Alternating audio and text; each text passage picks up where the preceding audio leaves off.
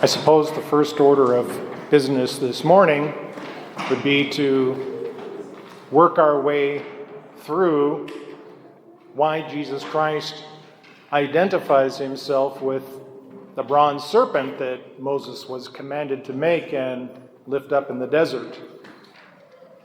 And as you heard in today's first reading for the book of Deuteronomy, it's pretty straightforward.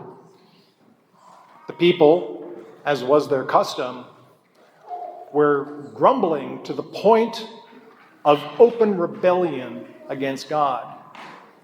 And as a punishment, he sent snakes into the camp. And when people were bitten by the snakes, they were poisoned and they died. Now they really had something to complain about. And that's exactly what they did. Realizing the error of their ways, they run to Moses and plead with him to intercede on their behalf and make this scourge come to an end. And so Moses did that, and God commanded him to fashion a bronze serpent, mount it on a pole, and put it in the center of the camp, so that anyone who was bitten by a snake, if they were to look upon that serpent and believe, they would be healed. And twice, God told Moses to do this as a sign, which would seem odd at the time, until we see its fulfillment in the person of Jesus Christ. And what it was, the sign of the bronze serpent was pointing to. Because you see, the serpents that came into the camp were actual snakes with venomous bites. And when they bit people, they actually died. But see, the bronze serpent is only an image of those serpents. That bronze serpent is not alive, it's not poisonous, and it cannot bite anyone. But by gazing upon it, the people would realize and see the punishment for their sin. And if they believed in God and trusted in his mercy, they would be healed. And so we look at the person of Jesus Christ. He came into this world appearing in sinful human flesh. That is to say, by all outward appearances, he was human in every way, just as we are. But of course, what was not known, except for a few at the time, was that he was in reality completely free of sin, precisely because he is the incarnate Word, the eternal Son of the Father. But nonetheless, Jesus Christ submitted himself to the humiliation and the terrifying torture of death on the cross, so that lifted up in this way, we might come to realize the full reality and the horror of sin. And we look upon Christ crucified, and our only response is, I did this. I did this. But to gaze upon the crucified with eyes of faith, to lean in to his mercy and find our redemption. Because the real poison is not the venom of serpents, it's our sin. And as the scriptures tell us, The penalty of sin is death. That's why God established this sign of the bronze serpent in anticipation of its ultimate fulfillment in the person of his Son, Jesus Christ, and him crucified. Every year at the Easter Vigil, we hear the beautiful chant, the Exultet, the Easter proclamation. And there's something curious in the Easter proclamation. This seems like something of a contradiction. And it is this: O happy fault, O necessary sin of Adam. And we think, the sin of Adam and Eve was happy? The sin of Adam and Eve was necessary? So we have to continue on. O happy fault, O necessary sin of Adam, that merited for us such a Redeemer. Because see, what is the one aspect of God that has been concealed for all eternity? Something about God that wasn't even known to the angels, because it could not be revealed until it was necessary. And that was God's response to our sin. A response we see so beautifully displayed in his Son, crucified for our salvation, where he opened his bowels and revealed the depth of his mercy. If Adam and Eve had never sinned, and the human race propagated and without sin, and this was a perfect world, no one would know except God himself who he truly is. There would always be an aspect that would be concealed. But see, now we know it.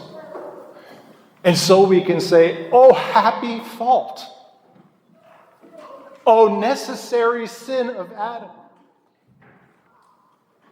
that has merited for us such a Redeemer, that we may come to know the depths of the love and mercy that God has for us. I have to share just a couple brief anecdotes about the mercy of God. And what I'm going to say, is based on past experiences in previous parishes. But I don't want you to have any fear that when I move on to my next parish, I'm going to tell anecdotes about you, unless you say something super duper weird. Then you'll become a topic of a future homily. But I'll keep your identity confidential. I noticed a particular gentleman who was faithful to Sunday Mass. But it was interesting how he was curiously absent only one Sunday every year. And it was the second Sunday of Easter, the Feast of the Divine Mercy. And I had an opportunity to inquire, because I said I seemed to notice something going on. And said he could not acknowledge the Feast of the Divine Mercy because it obscures the justice of God, obscures his justice.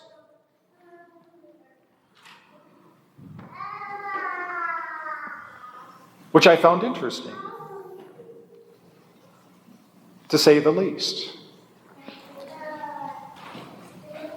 St. Paul in a very general way, addresses this very topic in his letter to the Galatians.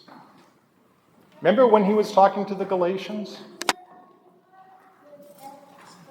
It was a community that he evangelized by the preaching of the gospel of Jesus Christ. They were baptized.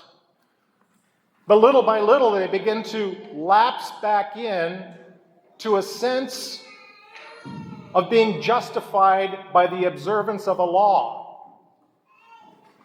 Let's say they were living and operating in a mode of justice and believing themselves to be just. And St. Paul says, what? And he says, tell me something. How did you receive the Spirit? Was it through an observance of the law? Or was it by faith? Because of the gospel you heard me preach. He says, how is it that you can end up this way? And then,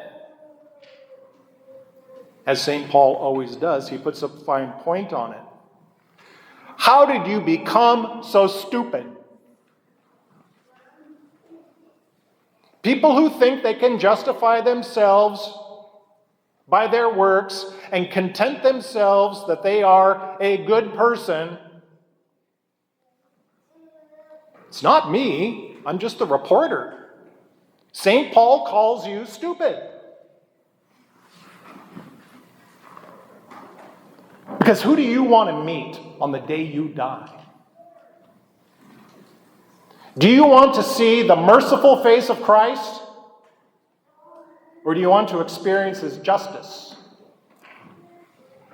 Because if you want to live in that mode, and when you have that personal encounter with the Lord on the day of your death, and you want to have a conversation about justice, that conversation does not have a happy ending for anyone. Good luck.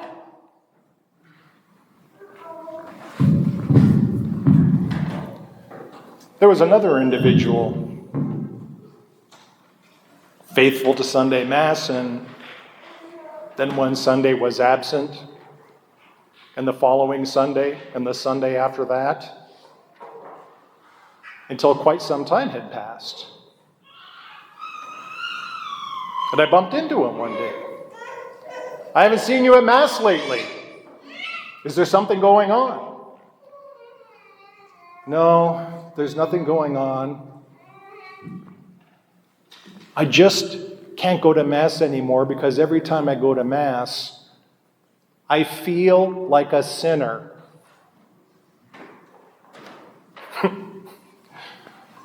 Every time I go to Mass, I feel like a sinner. I wasn't the only one he told this to. He told other people in the parish, and it kind of became a point of conversation for a brief time. Because the very reason why he didn't come to Mass was the very reason everyone else was. They were sinners. And they knew it. And they wanted to lean into the mercy of God and receive the medicine of immortality in the sacrament of Christ's body and blood. But see, in that anecdote, this is one of the points that I want to make. And it's something that we really need to come to terms with, and to practice.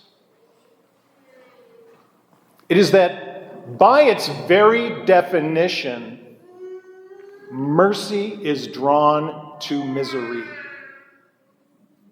Mercy is drawn to misery. And to the extent that we come to terms with our sinfulness, our misery, our poverty, our weakness and ability to do anything draws down the mercy of God and unites us intimately in a way that we could not possibly imagine until we experience it.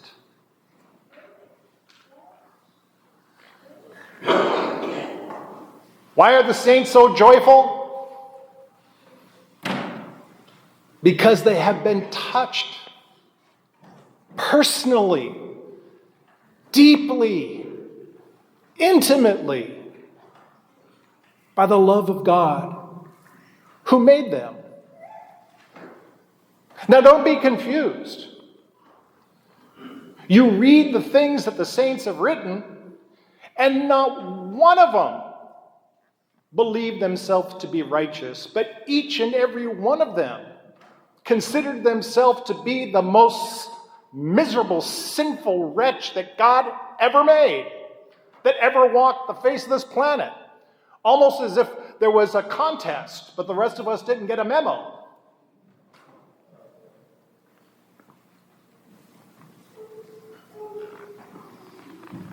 I mean, it's pretty easy. Christianity is not complicated, nor living the Catholic faith. There is an acknowledgement of sin. It's confession, brought about by faith because of our hearing of the preaching of the gospel of Jesus Christ. And as I said, the receiving of the medicine of immortality in the sacrament of the Lord's body and blood. My challenge to anyone would be to scour everything written by the saints and find one that ever thought or even entertained the gross error of believing that the mercy of God obscures his justice. It's simply not to be found. And this is what ought to be our great joy, our great consolation. You see, the Lord's not going to overwhelm us with knowledge of our sin. There is not one person in this room that could bear the full knowledge of the weight of the reality of their sin. That's simply a fact. It's simply a fact. But God will lead us into the unfathomable depths of the ocean of his mercy little by little. It all starts by stepping off the shore and putting your feet in the water. And God will guide you through self-knowledge to the awareness of how desperately we are in need of his help in everything. Remember when Jesus said, people who are well don't need a physician. Sick people do. Was he telling the Pharisees that they were well? Is that how you're reading it?